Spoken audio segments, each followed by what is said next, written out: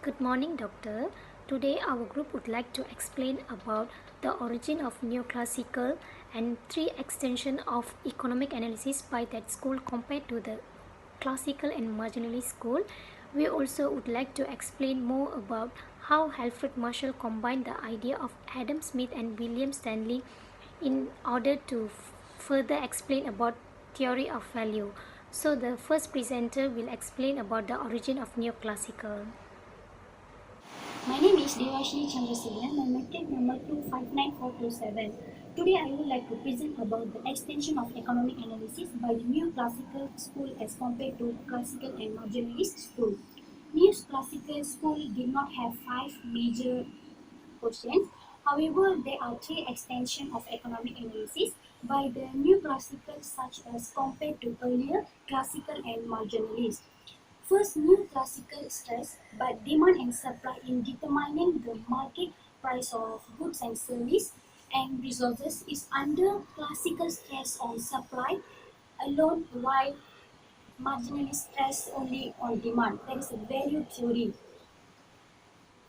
Second, several of the new classical economists, for example, Witzel and Fisher, took a far greater interest in the role of money in the economy than did the earlier. So this is under the monetary economics. And the third is new classical economics extended marginal analysis to market structure at the pure competition, pure monopoly, and duopoly. There is under imperfect competition market. One. For the next slide, organization of this assignment. First is discussing the biographic and contribution of Alfred Marshall in developing the ideas of neoclassical school. First is second is comparing their view of Adam Smith from the classical school, William Stanley Jevons from the marginalist school, and the Alfred Marshall is from the neoclassical school on the theory of value. That is classical from market price of goods and service. We also would like to know how these economists responded to the following questions.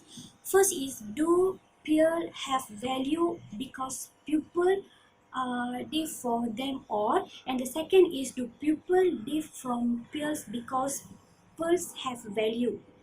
One. Thank you. Hi, now I want to explain about biography and contribution of Alfred Marshall. Alfred Marshall was born on 26 July 1842 at Bermondsey, London and died on 13 July 1924. He was the greatest figure in the neoclassical school. Marshall was one of the sons of cashier in the Bank of England. Marshall also have been rejected the scholarship offered by uh, Oxford and instead attended Cambridge because he was devoted himself to maths, physics and economics. He also very concerned about his health and hypocritical about his writing. Alfred Marshall is the author of Principle of Economics, the Great Mind series of 1980. So now look at the contribution of Alfred Marshall. Alfred Marshall combined classical and marginalist into neoclassical. He popularized the modern diagrammatic approach to economics. He also one of the expert mathematician.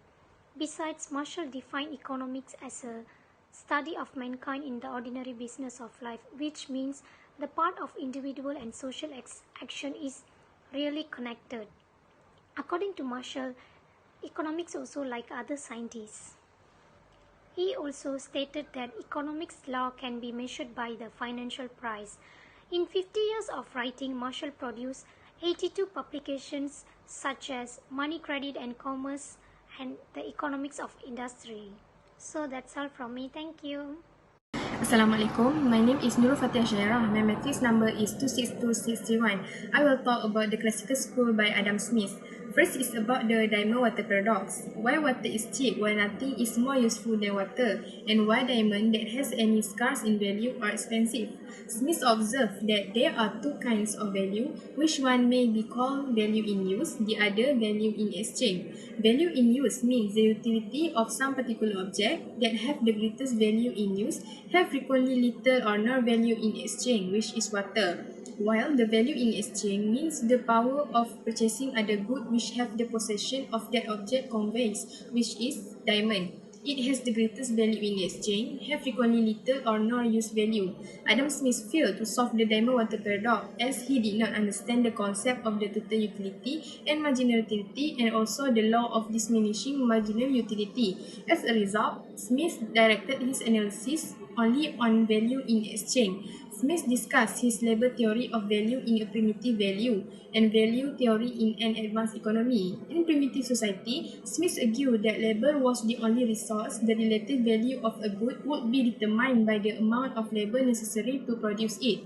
Value of any commodity to a person who possesses it, if he wishes to exchange it for other commodities, is equal to the quantity of labor which is enable him to purchase or command. Using Smith's deer beaver example, suppose that it took 2 hours to track a beaver and 1 hour to hunt and shoot a deer.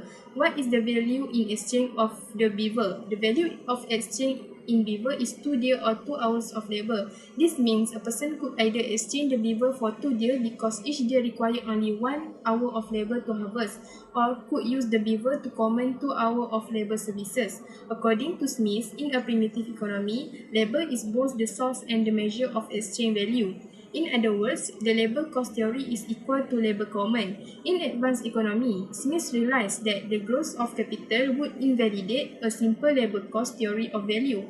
In a society where capital investment and land resources become important goods, will normally be exchanged with other goods for money or labor at a figure high enough to cover wages, rent, and profit. Moreover, the profit will depend on whole value of the capital advanced by employer. The real value of commodities can no longer be measured by the labor contained in them. They still, however, can be measured by the quantity of labor which they can each of them purchase or command.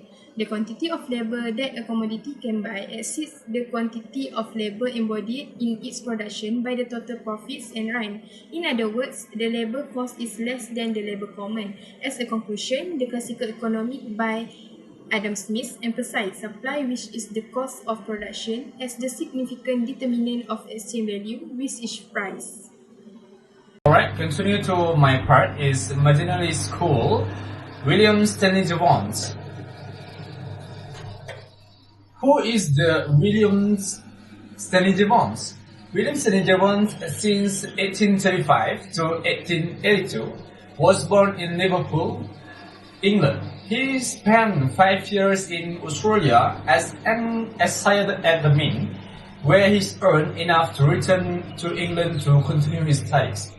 He was disappointed and bitter when he failed to win a prize political economy at University College London and attributed this failure to the prejudice of his professors against the new ideas of his ideas developing.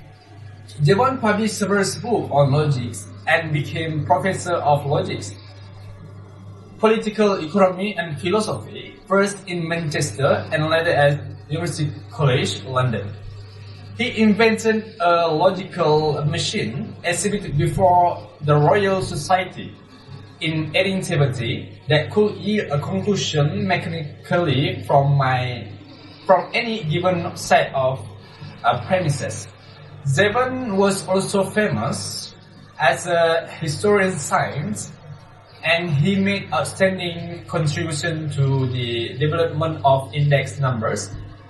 And Jevons was extremely introvert and did not have great influence on his immediate peers of students. At the age of 47, he drowned while swimming. Jevons' own value story. According to Ricardo, who might say that pearls have value because people need to die for them. But Jevons is saying that the pearls have value because buyers get utility from them, and that people die for pearls because pearls have such value. If we look on the Jevons theory, it's very logical because why people need to die if the pearls don't have a value?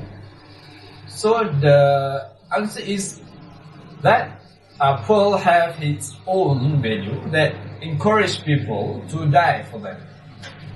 So Devon, in his valedictory, solved the water diamond paradox by explaining the concept of total utility and marginal utility, the law of diminishing marginal utility. Total utility is the total satisfaction a person receives from consuming a particular quantity of goods, while marginal utility is the additional utility a person receives from consuming an additional unit of particular good.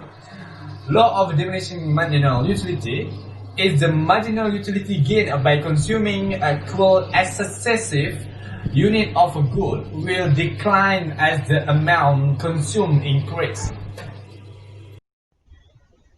The new classical school for Alfred Marshall. For Alfred Marshall have a value theory.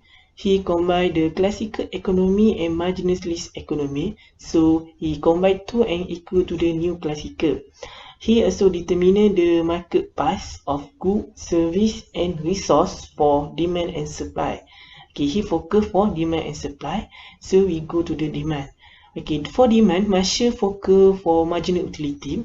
For marginal utility, Marshall focus on two important qualifications.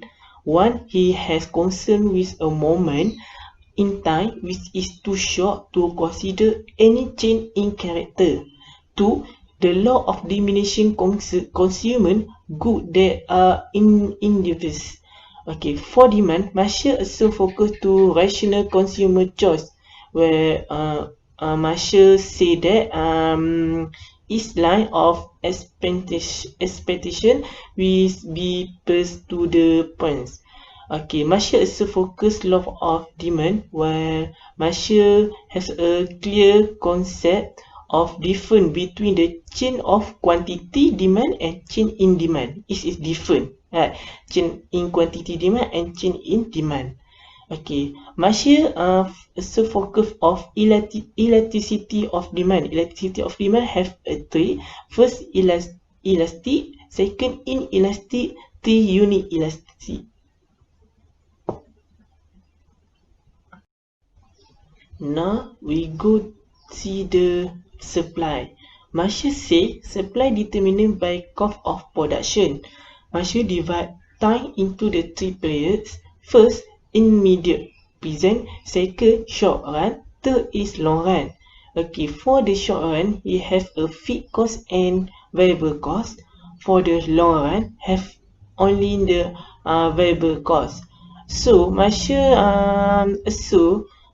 present the idea of the consumer supply and product supply for the equilibrium price and quantity. So supply and demand can have a equilibrium for price and quantity. Okay. Okay, lastly, the conclusion for topic 5, which is neoclassical school, is compared with the classical and marginalist schools. First, classical is by Adam Smith, is focused on supply, which is related to the cost of production. Adam Smith has found about the water diamond paradox, which are water have high in value use, while diamond have high in value in exchange. But Adam Smith cannot solve the water diamond paradox because he didn't know about the total utility, marginal utility, and also law of diminishing marginal utility. We go to the marginal schools from Jevon. Marginal school is focused to the demand, which is related to the utility. Jevon has introduced about the total utility, marginal utility, and also law of diminishing marginal utility. Jevon said that water have higher total utility because water is useful, while diamond have lower total utility because diamond is less useful compared to water.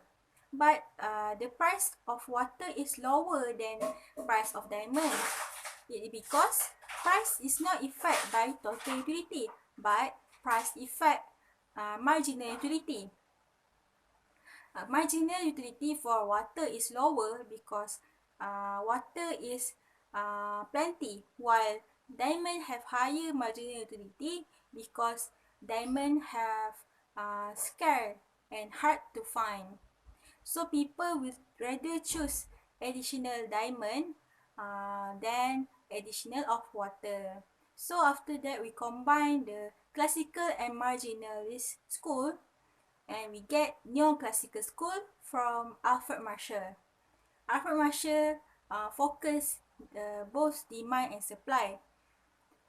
He also introduced the consumer and producer surplus. Alfred Marshall said that both statements are true because pearl have value, so people will dive to them. So it is related to the cost of production, and pearl have value, so it is related to the utility. So that's all from us. Thank you.